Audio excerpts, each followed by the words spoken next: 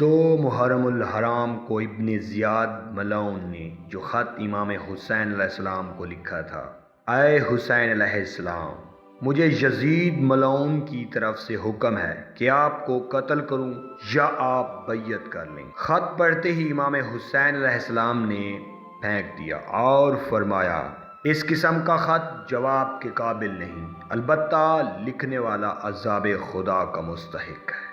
قاصد ابن زیاد ملعون کے پاس واپس کوفہ آ گیا۔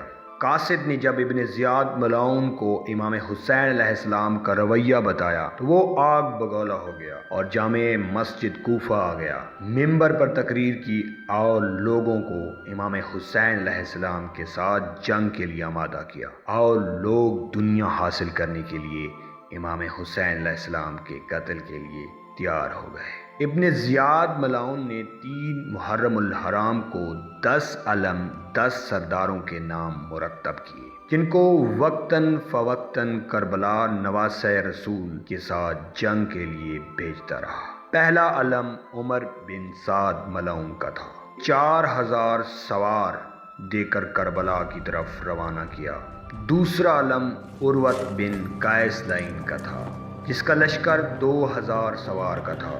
تیسرا علم سنان بن انس کا تھا، جس کا لشکر 4000 سوار پر مشتمل تھا۔ چوتھا علم قعقاع فری لعین کے بیٹے کا تھا، جس کا لشکر 4000 سوار کا تھا۔ پانچواں علم خولی لعین کو دیا گیا، جس کے ساتھ 3000 مسلح افراد تھے۔ چھٹا علم قشام لعین کے لیے تھا، جس کے ساتھ 3000 مسلح افراد تھے۔ ساتواں علم حسین بن نمیر غدار کو دیا گیا، جس کے پاس 8000 سوار تھے۔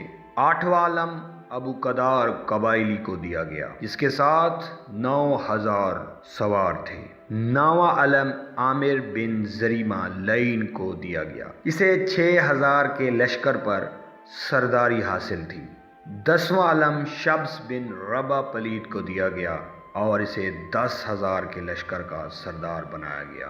یہ لشکر 3 محرم الحرام سے کربلا میں آنا شروع ہوئے۔ اس طرح لشکریوں کی کل تعداد 53,000 تھی، اور ہور کے لشکر کو ساتھ شامل کیا جائے تو یہ تعداد 54,000 بن جاتی ہے۔